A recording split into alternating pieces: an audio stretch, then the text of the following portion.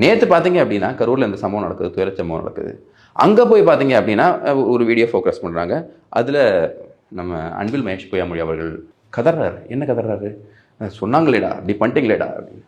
நான் என்ன கேட்குறேன், 66 மக்கள் 2024 எப்படி 2024 இந்த விஷச்சாராயத்தை குடிச்சு 66 மக்கள் இறந்து போகிறாங்க உங்கள் ஆட்சியில். இத்தனை நாள் டாஸ்மாக நடத்தி மக்களை நாசம் பண்ணிக்கிட்டு இருக்கீங்க, குடிக்க வச்சு நாசம் பண்ணிக்கிட்டு இருக்கீங்க. அது போக விஷச்சாராயம் உங்கள் மூக்கு கீழே நடந்திருக்கு. பக்கத்தில் கோர்ட் பில்டிங், டிஸ்ட்ரிக்ட் பில்டிங்ஸ் எல்லாம் இருக்குது, அந்த இடத்துல நடந்திருக்கு. கண்ணுக்குட்டி திமுக காரன் அவன் பண்ண வேலையினால 66 பேர் செத்து போனாங்க. அடுத்த ஃப்ளைட்டு பிடிச்சி இன்னைக்கு போகக்கூடிய சிஎம் அன்னைக்கு ஏன் போகல? 66 பேர் உங்கள் ஆட்சியில். இது என்ன 1970 கிடையாது, 80 கிடையாது.